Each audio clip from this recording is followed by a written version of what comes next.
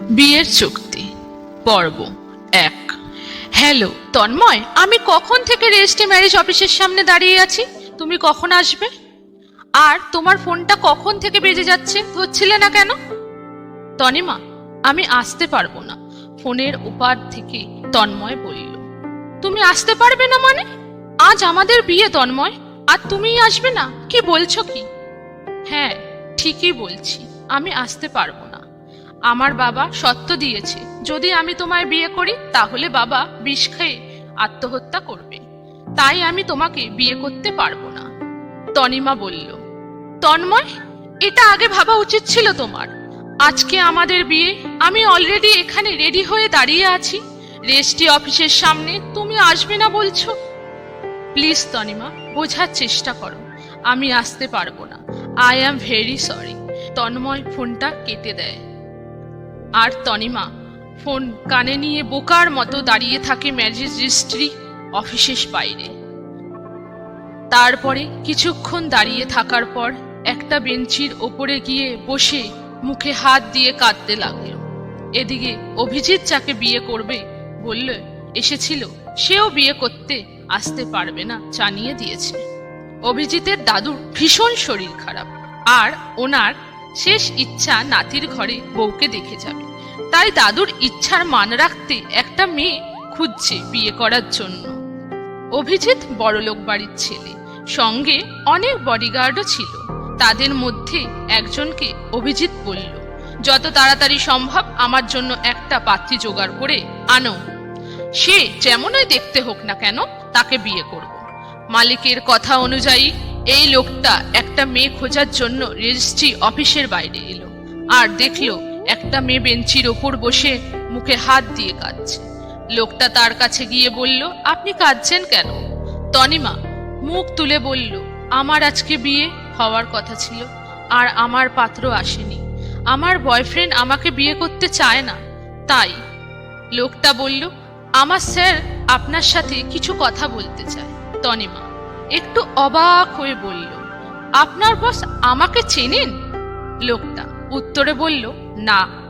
তনিমা বেঞ্চি থেকে উঠে রেজিস্ট্রি অফিসের ভেতরে ঢুকে দেখলো একটা ছেলে 27-28 বছর বয়সের হবে, লম্বা হাইট, গায়ের রং ফর্সা ও কুর্তা পরে দাঁড়িয়ে আছে। লোকটা হাত দেখিয়ে বলল, এটা আমাদের স্যার। তারপর তনিমা অভিজিতের সামনে যায় আর বলে, কি কথা বলুন? অভিজিৎ বলল, আমি আপনাকে খুব সোজাসাপটা ভাবে বলি, আমার যার সাথে বিয়ে হওয়ার কথা ছিল, মানে চুক্তির বিয়ে করার কথা ছিল, সে আসেনি বিয়ে করতে, তাই আমি একটা পাত্রী খুঁজছিলাম বিয়ে করার জন্য। চুক্তির বিয়ে। তনিমা অবাক হয়ে বলল, চুক্তির বিয়ে?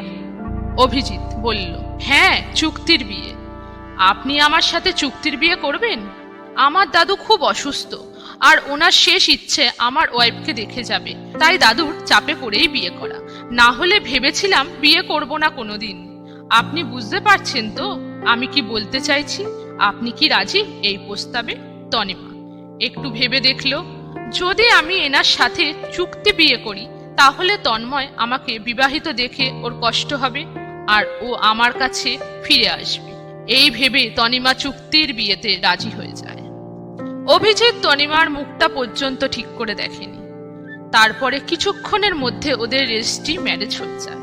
তাতে লেখা ছিল 3 মাসের চুক্তির বিয়ে।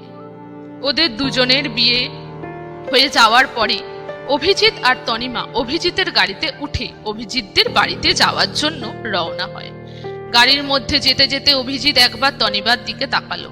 তনিবার মুখটা কি সুন্দর, টানা টানা চোখ, গায়ের রং ফর্সা, লাল শাড়ি পরে আছে, লাল লিপস্টিক পরে আছে, আর হাতে শাখা পলা, আর চুলে খোপা করা, তার মধ্যে ফুল দেওয়া, সব মিলিয়ে খুব সুন্দর লাগছিল তনিমাকে।